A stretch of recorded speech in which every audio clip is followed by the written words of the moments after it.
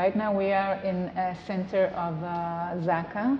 It's a volunteer organization of first responders, which means that we come in whenever there is a catastrophe where there are casualties of non-natural causes. This organization is an international organization. That means that we have been all over the globe helping out wherever we are needed.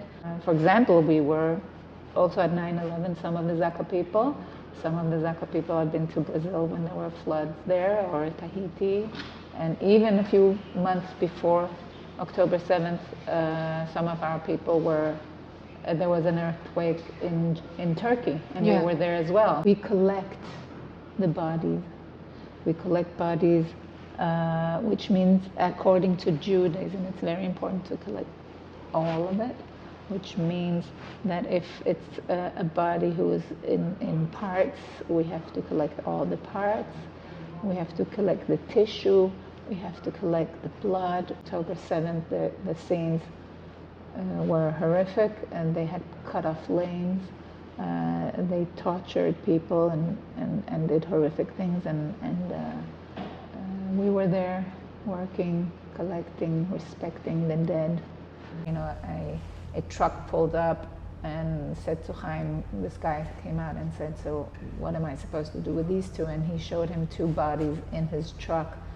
And Chaim asked him, so where did you find these two bodies? And that's when he heard about the Nova. That was the first area they came to, that was the Nova, but they only came late afternoon when it was already getting dark. Nobody really understood what was going on.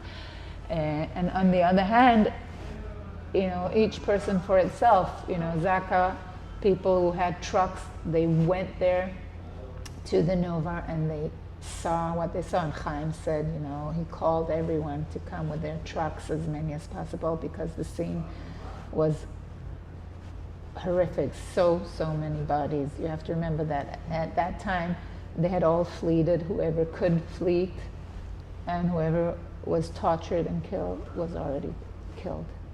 Which means that the scene that they came to was destruction, and it was already dark, so it was hard to work. But on the other hand, they knew that they didn't have much time, because as we know and as we have learned through history, terrorists, they take hostages alive or dead. And we were afraid that the moment the sun would come up, they would come back to take hostages, the dead bodies, which they did. Even on the footages that, that's what's amazing, that they were taking, all day. They had their own cameras and they were filming whatever they were doing, and you saw that they took dead bodies as hostages. So that's what they do, and that's why ZAKA had no time and needed to work as quick as possible. You have to understand, this was a crime scene. It was murder. It was rape. It was mutilating. It was brutal.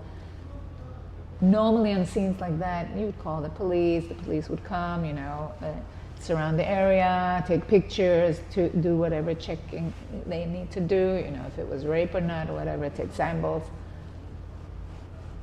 There was no time here. There was no time. They had less than a minute and 15 seconds for each body to pack, because there were so many and they didn't have time.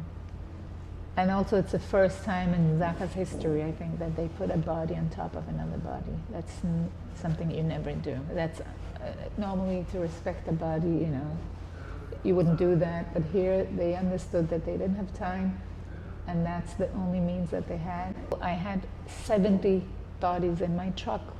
I've never done a thing like that, maybe 10.